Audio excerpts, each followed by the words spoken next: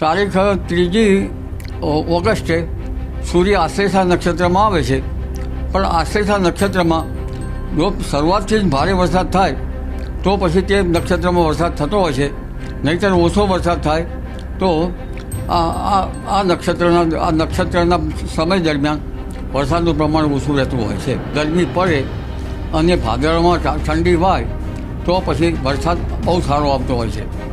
એટલે હમણાં તારીખ ત્રીજી તારીખમાં આશ્લેષા નક્ષત્રમાં સૂર્ય આવતા કોઈ ભાગમાં વરસાદી ઝાપટા પડવાની શક્યતા રહે છે. હમણાં તો ભારે વરસાદના લોકો તારીખ 15મી લગભગ ઓગસ્ટ સુધી જણાતા નથી.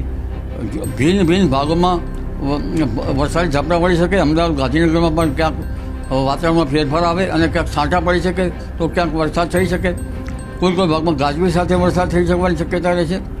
પરંતુ તારીખ 15 બાદ હવામાનમાં સારો પડતો આવવાની શક્યતા રહે છે અને તારીખ 18થી 22માં રાજ્યના ભિન્ન ભાગોમાં સારો વરસાદ થવાની શક્યતા રહે છે.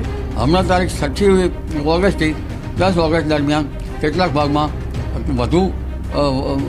વધુ વરસાદી ઝાપટા પડવાની શક્યતા રહે છે.